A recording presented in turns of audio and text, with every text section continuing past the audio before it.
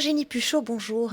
Bonjour. Bonjour et bienvenue ici. Merci d'avoir accepté notre invitation. Merci de nous recevoir. Vous êtes directrice générale de l'agence Hotwire France, et ce depuis 2013, et ambassadeur d'Hotwire Europe.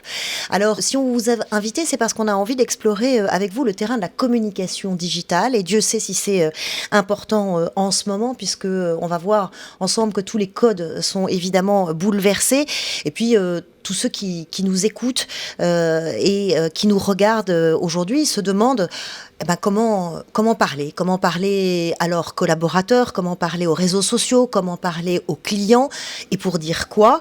Vous allez peut-être sûrement même nous aider. Un mot sur votre expertise, à la fois en leadership et en communication. Près de 20 ans en interne et en agence. Vous avez une expertise de la communication corporate, vous vous êtes spécialisé dans le secteur précisément des nouvelles technologies. Que l'on comprenne bien quel est votre job, quelle est votre mission aujourd'hui. Oui, alors moi ce que je fais aujourd'hui, c'est que j'aide les entreprises et leurs porte-parole à communiquer auprès de leurs audiences, à formaliser les messages et à choisir les bons canaux pour être sûr d'être entendus et compris.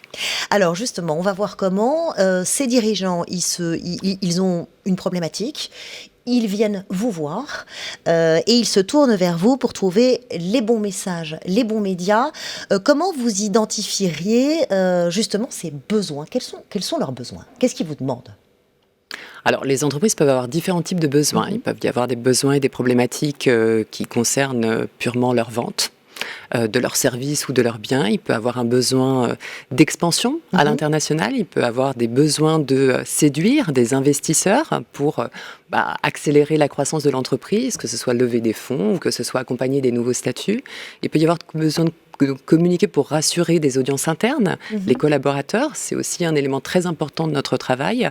Et puis, il peut y avoir besoin de communiquer pour séduire de nouveaux clients, des consommateurs comme vous et moi, dans notre quotidien. Donc, alors, ce sont des problématiques différentes, mais qu'est-ce que vous leur proposez comme solution ? Qu'est-ce que vous leur proposez comme canaux ? Surtout en ce moment, dans une période de crise comme celle que nous traversons en ce moment. Alors, l'arsenal des canaux de communication, toute cette palette est plutôt bien connue en général par les entreprises. C'est vrai que l'arrivée du digital, il y a quelques années, quelques décades, a changé un petit peu la donne. Ça nous a permis d'avoir un petit peu plus de couleurs, justement, ajoutées à cette palette. On communique toujours auprès des relations, auprès des médias. On communique auprès des influenceurs, cette grande manne, petit ou grand, qui a une influence avérée sur les réseaux sociaux. On communique sur les réseaux sociaux également, au nom de l'entreprise ou au nom de ses porte-paroles. Et puis, on va avoir toute la gamme de communication interne qui peut exister, les événements et autres. Aujourd'hui, on leur recommande davantage de soigner leur message pour être sûr qu'il est contextualisé, mais aussi de profiter de cet écosystème digital parce que c'est incontournable et ça fait une vraie différence dans leurs résultats et dans leur échange avec leurs audiences. Alors justement, on va revenir dans une seconde sur le contenu du message, mais je voudrais qu'on reste encore un instant sur le canal. Vous nous avez décrit ces canaux classiques, traditionnels qu'on connaît, mais on voit des agences de pub qui ferment. Du coup, aujourd'hui, vous leur dites quoi ? Vous leur dites il faut absolument se tourner vers le digital. C'est ça l'alternative aujourd'hui ?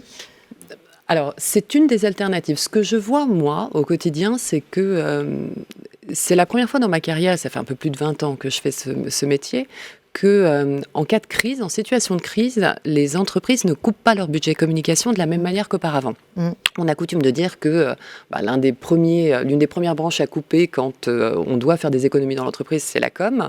Et là, c'est le contraire. Alors, c'est un peu plus nuancé. Le marketing a été gelé très vite, parce qu'il y avait beaucoup d'incertitudes, il en reste encore, et c'est vrai en France et c'est vrai à l'international, on le voit sur la totalité de nos clients, on n'est pas certain si les événements vont se maintenir ou pas, donc fatalement il faut revoir les budgets, revoir les propositions et revoir plus vite que d'habitude en plus. Beaucoup plus vite, et puis il faut composer avec de nouveaux projets qui vont compenser les déficits du trimestre précédent, parce qu'on n'a pas atteint les scores qui étaient demandés. Donc côté marketing, oui, les budgets ont été gelés par précaution et par obligation. Côté communication, information, donc les relations avec les médias, les relations en interne, les budgets ont été maintenus. Je pense que les entreprises ont pris réellement conscience de l'importance de garder le lien avec leurs consommateurs alors que tout le monde était confiné, justement. Et ça, c'est une vraie différence. D'ordinaire, tout est coupé. Et là, non. Alors, comment vous analysez ça, justement, si on se place du côté du client, du consommateur, du citoyen aussi, puisqu'on est tous embarqués dans une aventure quand même très particulière, comment nous, on le reçoit? Il faut aujourd'hui qu'on nous parle à nous directement? Alors, il y a plusieurs données à prendre en compte. Je pense que c'est important pour l'entreprise ou l'organisation, quelle qu'elle soit, de garder le lien, en tout cas. Est-ce que le consommateur a réellement de garder le lien avec les marques qu'il affectionne? Oui, probablement, parce que ça fait partie de son quotidien. Mais la marque a besoin de garder le lien avec son consommateur qui va être absorbé par beaucoup d'autres sujets, d'autant plus importants. Donc à elle de trouver le moyen de le faire sans que ça soit intrusif et tout en répondant aux critères et aux attentes qui lui font face. Alors justement, là, on touche au fond du message. Même avant le Covid, la communication corporate, la communication des entreprises, s'était tournée vers ce qu'on pourrait appeler les messages bienveillants, les valeurs, l'authenticité, une authenticité même revendiquée. Pourquoi cette tendance de fond? Alors c'est intéressant, c'est vrai qu'on a beaucoup entendu parler d'authenticité sur ces dernières années. Je distinguerais 3 grandes périodes. En vrai, depuis le début des années 2000, toutes les études qui sont faites en France, mais dans la plupart des pays européens, voire même aux États-Unis, on nous rapporte que les consommateurs sont en quête de davantage d'authenticité des marques. Alors, authenticité, on peut mettre beaucoup de choses derrière ce mot. Oui.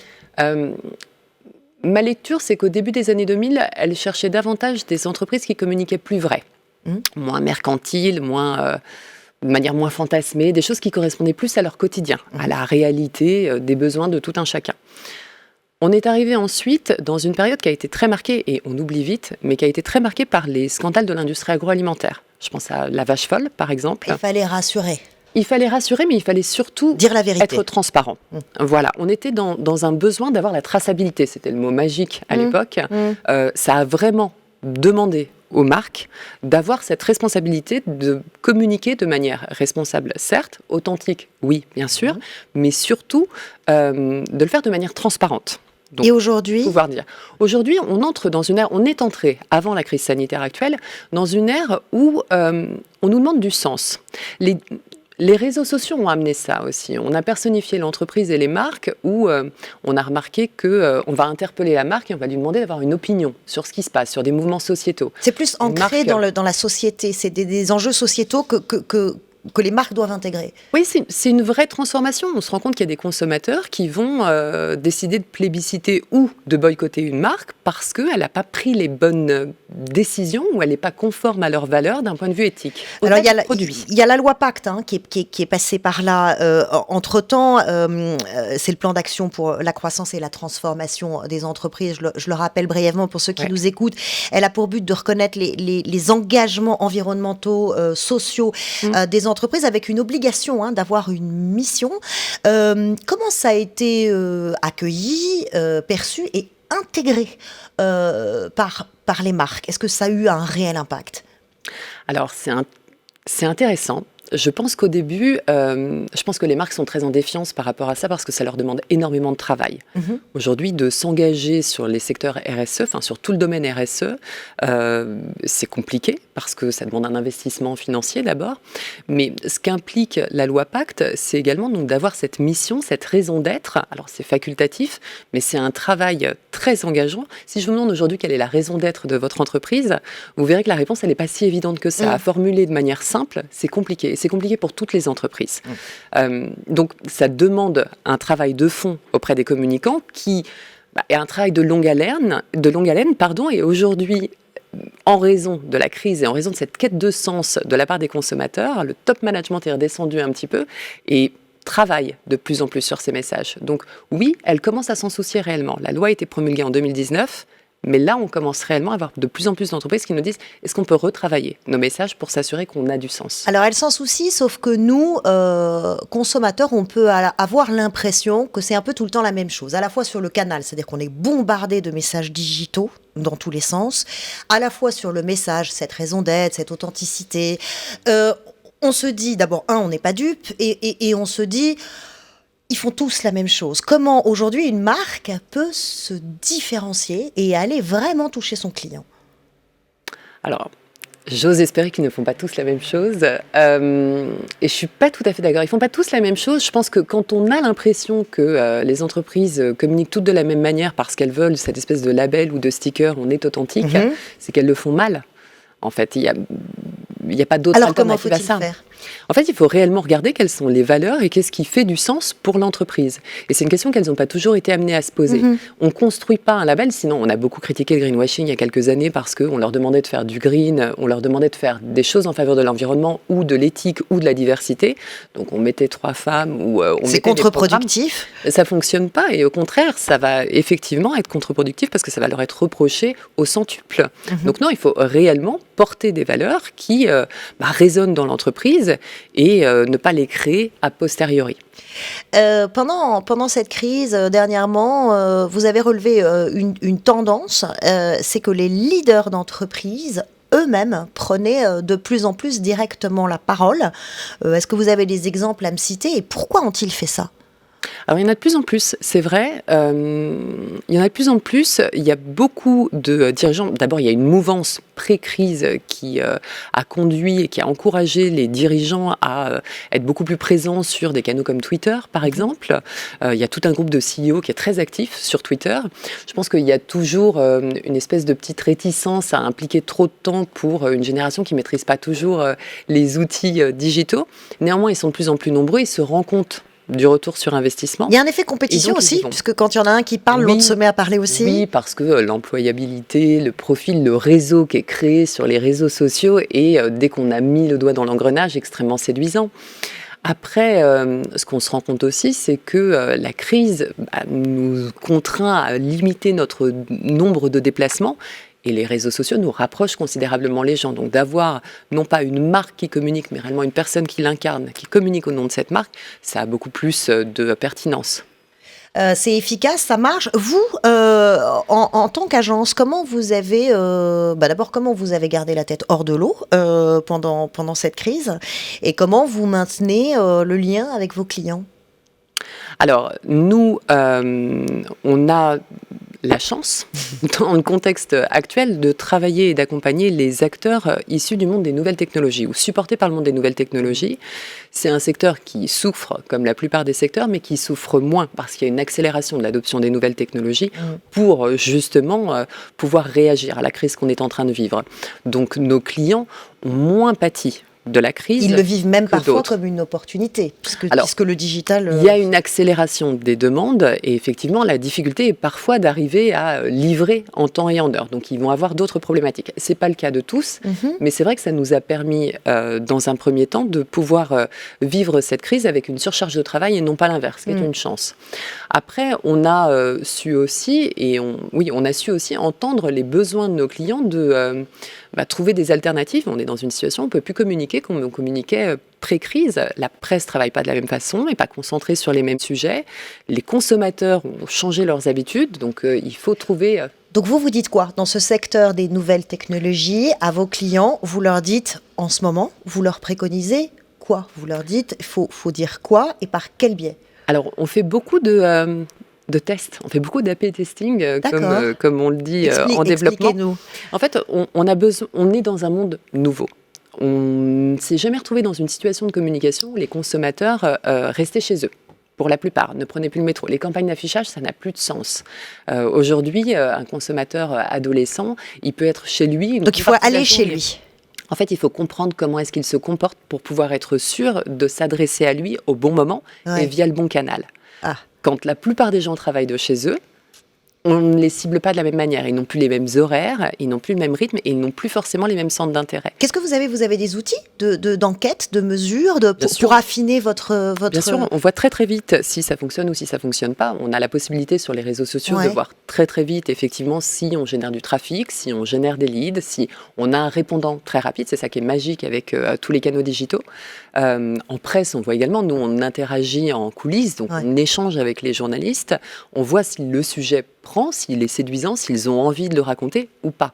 Donc on peut affiner, mais on affine beaucoup plus souvent. Ce qu'on dit à nos clients, c'est que si ça ne fonctionne pas, il ne faut pas attendre 3 mois ou 4 mois avant de changer son fusil d'épaule et d'adopter une autre approche. Il faut très vite. Ce questionnement justement, là, dans ces dernières semaines, dans quelque chose qui ne passe pas, qui s'installe. Ouais. Est-ce que vous pourriez nous dire quelle est la tendance que vous avez pu analyser justement et que vous traduisez auprès de vos clients en disant là, faut changer, faut pivoter? Alors, là où on est très très vigilant, c'est dans le travail avec les médias. Aujourd'hui, les médias, ils sont accaparés, enfin les journalistes sont accaparés par la crise. C'est très difficile au vu et en considérant le volume des interventions qui sont faites par le gouvernement de s'insérer dans ce discours-là si on n'a pas des messages qui sont contextualisés. Donc, si on n'a pas ça, il faut trouver une autre manière d'accrocher son public que d'aller faire des relations presse. Donc ça, on jongle beaucoup avec. On a aussi toute une série d'événements physiques qui ont été condamnés. Du coup, il faut trouver là aussi des alternatives. S'adapter tout le temps. Alors, il faut s'adapter, puis il faut le faire avec autant de finesse et d'intelligence que possible. On a vu, par exemple, pleuvoir les événements virtuels. Ça rencontre des limites à un certain moment. Un événement virtuel, c'est super, sauf que s'il est calqué sur un modèle physique, il ne fonctionne pas et ne rencontre pas son public, non seulement en termes de rythme, mais aussi en termes d'interactivité. On peut faire beaucoup plus court et beaucoup plus dynamique en ligne qu'en présentiel. Qu'est-ce que vous préconisez aujourd'hui sur le fond et sur la forme à des dirigeants qui viennent vous voir? Quels conseils vous auriez envie de donner en ce moment-là, dans la période dans laquelle on vit? Je pense que c'est une période où qu'on peut mettre à profit pour revoir l'existant. C'est souvent des choses qu'on reporte à plus tard, revoir le message. C'est-à-dire revoir l'existant. Alors, je pense au message d'abord. On a parlé de la loi Pacte, on a parlé de la raison d'être des entreprises. Je pense que de s'assurer que effectivement la manière dont on communique et que nos valeurs ont un sens et qu'on est capable de l'exprimer. Si on est capable de répondre d'ailleurs simplement à cette question, quelle est ma raison d'être, et qu'on est compris par l'extérieur, même à des gens externes à l'entreprise, c'est que on est bien. Si on n'est pas capable de le faire simplement, il y a un travail à faire. Et c'est le bon moment aujourd'hui pour revoir ça, parce que de toute façon, le reporter n'est pas l'annuler. Il faudra le faire. Là, maintenant, c'est un bon timing. De revoir aussi ce qu'ils font sur le canal digital. C'est important parce qu'il est encore beaucoup sous-exploité en France. Il y a beaucoup de travail, il y a beaucoup d'opportunités. C'est ce que vous croyez. Vous pensez qu'il est sous-exploité aujourd'hui? Oui. Il y a encore 1000 possibilités. Il y a encore 1000 possibilités. On le voit au quotidien. On le voit pour les entreprises qui avaient touché du doigt tout ce qui était l'amplification, la publicité sur les réseaux sociaux, qui l'avaient souvent confié à un tiers, mais qui là en prennent toute la mesure et se rendent compte qu'effectivement il y a un potentiel énorme et que ça peut présenter une alternative très intéressante. Et ce n'est qu'un tout petit élément de l'ensemble de l'écosystème. Donc oui, revoir la manière dont ils utilisent les réseaux sociaux aujourd'hui, faire un audit pour vraiment s'acheminer de la bonne manière sur ce secteur-là.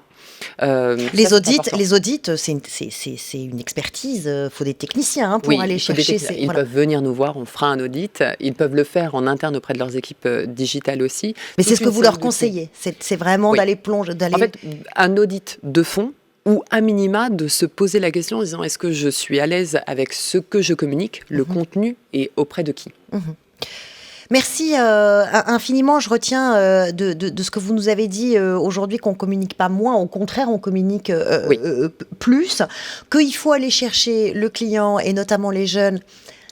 On ne sait pas trop où, on est en train de l'analyser en ce moment, chez lui, par rapport à ses nouvelles habitudes, qu'il faut revoir l'existant, comme vous dites, et que ça passe aussi par des audits, par des moments où on s'arrête et on réfléchit à notre message, et puis surtout qu'il faut garder tout le temps ce lien avec les consommateurs, notamment grâce au digital qui est sous-exploité et qui a encore 1000 possibilités, dites-vous. Eh bien, les perspectives sont grandes ouvertes. En tout cas, bonne continuation. Et merci beaucoup d'être venu nous éclairer sur cette communication digitale dans ces temps difficiles. Merci infiniment. Avec plaisir.